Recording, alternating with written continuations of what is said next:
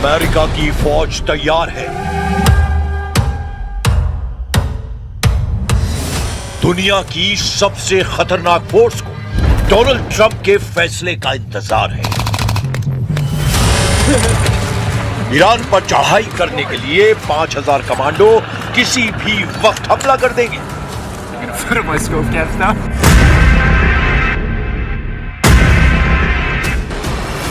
लेकिन इस फौज का ईरान में टारगेट क्या है, ये सबसे बड़ा सवाल है, क्योंकि 24 घंटे के अंदर युद्ध बदल चुका है। क्या डोनाल्ड ट्रंप अब ईरान के खार्क द्वीप पर नहीं बल्कि खुजेस्तान पर हमला करने जा रहे हैं? क्या अमेरिका के ग्राउंड ऑपरेशन में सऊदी अरब भी शामिल होगा?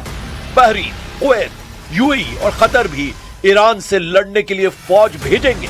क्या ईरान के खिलाफ खाड़ी देशों को मिलाकर अमेरिका ने शुरू कर दी है वर्ल्ड वॉर?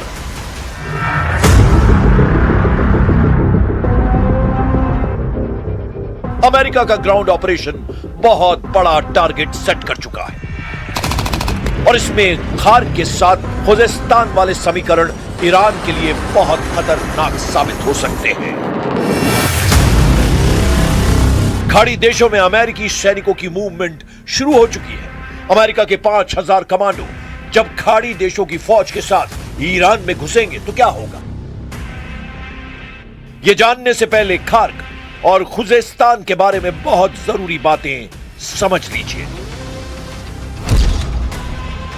मैप पर देखिए, यह है खार्क द्वीप, यह फारस की खाड़ी में है, जबकि मेनलैंड ईरान में यह जगह है खुजेस्तान। इस इलाके में ईरान का बॉर्डर इराक से लगता है। ये दोनों जगह इस वक्त युद्ध के हॉट पॉइंट बने हुए हैं। खार्क द्वीप पर ईरान के तेल निर्यात का टर्मिनल है, यहीं से उसके 90% तेल का निर्यात होता है, जबकि खार्क द्वीप से जो तेल निर्यात किया जाता है ईरान के खुजेस्तान प्रांत से निकाला जाता है। खुजेस्तान को ईरान की ऊर्जा राजधानी कहा जाता है। ईरान का 80% तेल खुजेस्तान की जमीन से निकाला जाता है।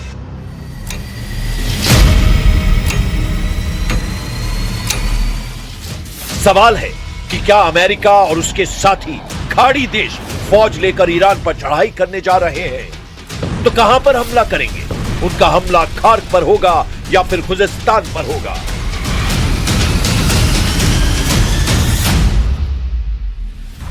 और दोनों मोर्चों में से हमला कहां करना ट्रंप के लिए आसान साबित होगा? अमेरिका की फोर्स खुजेस्तान पर पहले हमला कर सकती है, क्योंकि यह ऐसा इलाका है जहां अमेरिकी सेना को फौज की रसद, सप्लाई और बाकी कम्युनिकेशंस बनाने में कम मुश्किल उठानी पड़ेगी। यह एक समतल इलाका है जहां किसी फौज के लिए ऑपरेशन करना आसान है। लेकिन उससे पहले सवाल कि क्या खाड़ी देश अब अमेरिका के साथ मिलकर ईरान पर चढ़ाई करने जा रहे हैं? अमेरिका और खाड़ी देशों की कोशिश है कि वो इस युद्ध में ईरान के खिलाफ 12,000 सैनिक शुरुआती दौर में उतारें। इनमें सैनिकों से मदद करने के साथ साथ ग्राउंड ऑपरेशन की पूरी फंडिंग ट्रंप ने सऊदी अरब, यूएई, कुवैत, बहरीन और कतर से कराने का फैसला किया है। Well, look, we can have dialogue, but I don't want to do a ceasefire. You know, you don't do a ceasefire when you're literally obliterating the other side.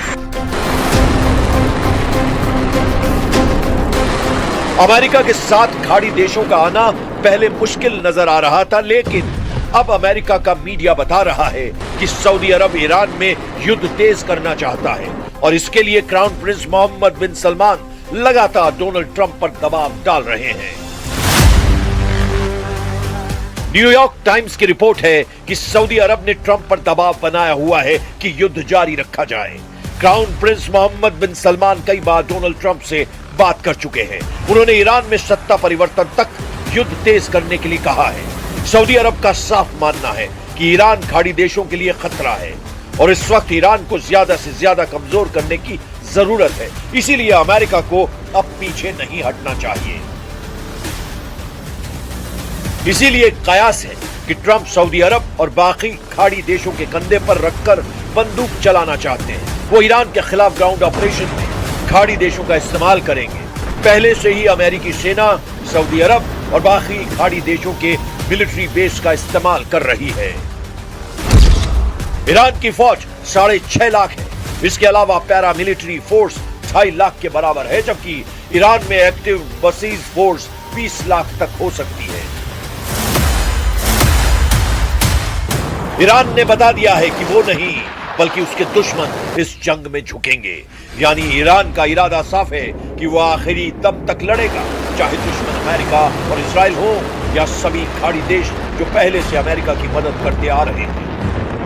वैसे Iran के खिलाफ खाड़ी देश शामिल हुए तो क्या होगा, क्योंकि इराक पहले ही एक्टिव हो चुका है। इराक में ईरान समर्थित कयातब हिजबुल्लाह ने अमेरिकी अड्डों पर हमले तेज कर दिए हैं। ये एफपीवी ड्रोन अटैक देखिए, कैसे एक क्वाडकॉप्टर एक अमेरिकी अड्डे पर अमेरिकी फौजियों को तलाश रहा है। बाद में जब उसे कुछ नहीं मिलता तो वो अमेरिका के एक ब्लैक हॉक हेलीकॉप्टर से जाकर टकरा जाता है। There is still the risk of escalation if Iran-linked proxy groups mobilize, and by that I mean Hezbollah in Lebanon, Iran-linked militia inside Iraq, and importantly, the Yemen-based Houthi movement that is threatened to attack shipping lanes in the Red Sea and has done so in the past. So we know they have some naval capability that could create disruption. इस युद्ध में तुर्की पर भी सबकी नजर है और Erdogan ने अरब देशों से कहा है कि वो इस युद्ध में शामिल न हो। सऊदी अरब, यूएई और कतर का दौरा करने के बाद तुर्की के विदेश मंत्री को इस बात का एहसास हुआ कि ये सभी देश ईरान के खिलाफ युद्ध में उतरने के लिए तैयार हैं। अमेरिका और इजराइल की शुरू की गई इस जंग में अब सऊदी अरब, यूएई और कतर ईरान के खिलाफ नजर आ रहे हैं, जबकि तुर्की का रुख बता रहा है कि एर्दोआन अब मुस्तफा खामनेई के समर्थन में आ गए हैं।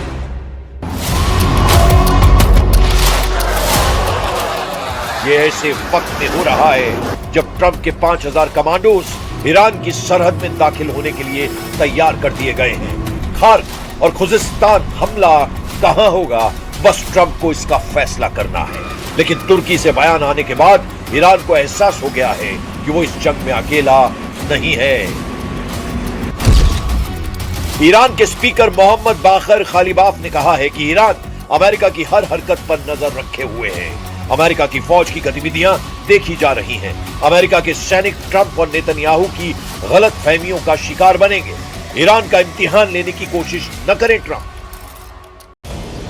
युद्ध की शुरुआत अमेरिका और इजराइल ने की है, लेकिन इस जंग में ईरान लगातार आक्रामक होता जा रहा है।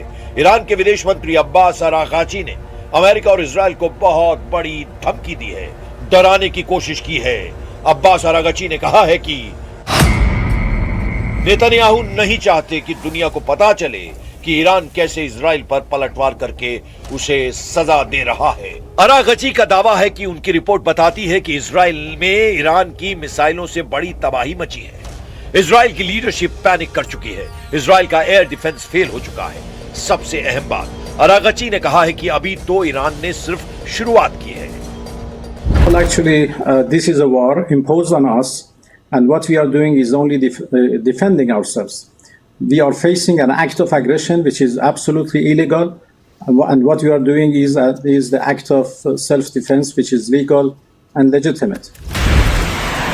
ईरान ने अमेरिका को अपने मिसाइल वाले तेवर फिर दिखाए हैं। ये ईरान का क्रूज मिसाइल अटैक है जो अमेरिका के कैरियर यूएसएस अब्राहम लिंकन की तरफ लॉन्च किया गया है। अमेरिका का ये कैरियर ग्रुप अभी ईरान से सुरक्षित दूरी पर है, लेकिन ईरान ने बता दिया है कि वो अमेरिकी नौसेना को करीब भी पटकने नहीं देगा। ऐसे में अमेरिका का ग्राउंड ऑपरेशन कितना कामयाब होगा, इस पर सवाल उठने लगे। एक तरफ अमेरिका और इजराइल ईरान पर हमला करते हैं और फिर ईरान पलटवार करता है, फिर यही सिलसिला तेज हो जाता है। देखा जाए तो ईरान इस वक्त इस युद्ध को कंट्रोल कर रहा है। उसके इरादों के हिसाब से ही अमेरिका को अगली चाल चलनी पड़ रही है। इसकी सबसे बड़ी वजह ईरान की मिसाइल पावर है जो लगातार इजराइल पर अटैक कर रही है। तबाही तेल अवीव और हाइफा में बहुत ज्यादा हो रही है। ईरान के क्लस्टर बम कहां फटेंगे, इसका अंदाजा अब नेतन्याहू के मिसाइल डिफेंस सिस्टम को नहीं रहा। वो बार बार फेल हो रहे हैं।